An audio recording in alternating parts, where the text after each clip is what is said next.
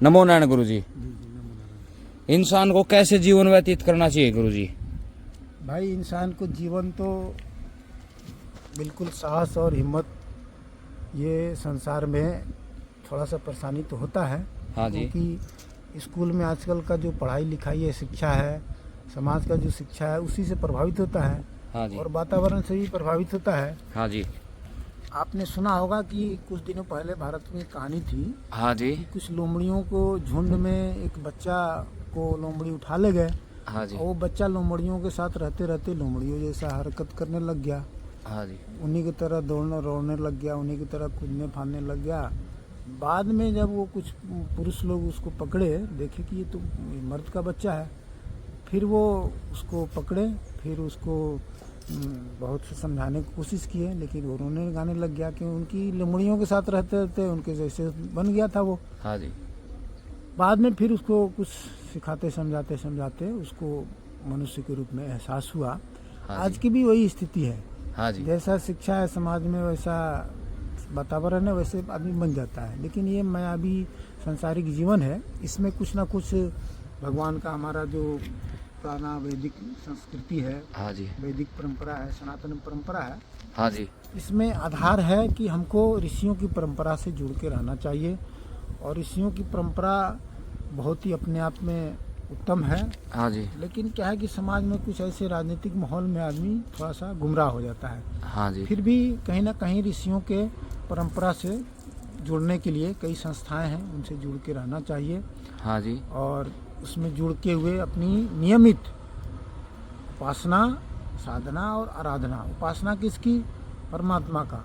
परमात्मा का विभिन्न रूपों में उपासना किए हुए तब उसको कुछ शक्ति मिलता है। बिना उपासना का जीव अधूरा होता है। अच्छा जी। उपासना का मतलब पास रहना। हाँ आप जी। किसी भी मंदिर के माध्यम से, गुरु के माध्यम से, मठ मंदिर के माध्यम से उपासना जरूर वृत्ति में जुड़ना चाहिए। फिर हो गया साधना।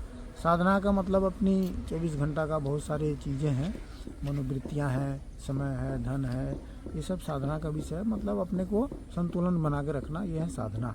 हाँ जी। फिर आता है आराधना। हाँ जी। तो आराधना का मतलब है कि सामाजिक जीवन हर प्राणी का है, हर मनुष्य का है सामाजिक। तो समाज में रहने का मतलब वो समाज में कुछ ऐसे सोशल सेवा करते हुए अपना एक संतुलन बना कर रखना चाहिए। व्यक्तिगत जीवन में कूपमंडूप हो जाता है। हाँ जी। तो कूपमंडूपता से निकलने के लिए आराधना, समाज की सेवा और राजनीति से परे। इस समय क्या है, इस समय पूरे देश में एक बहुत बड़ा एक अराजकता जैसा माहौल बना हुआ है। उसमें सारे हिंदू सनातनी बिल्कुल शुतुरमुर्ग की तरह रेत में मुड़ी गाड़ के बैठा हुआ है। और चारों तरफ से भी धर्मियों की, वामपंथियों की, मुसलमानों की अराजकता का एक मुंह फाड़े हुए खड़े हुए हैं।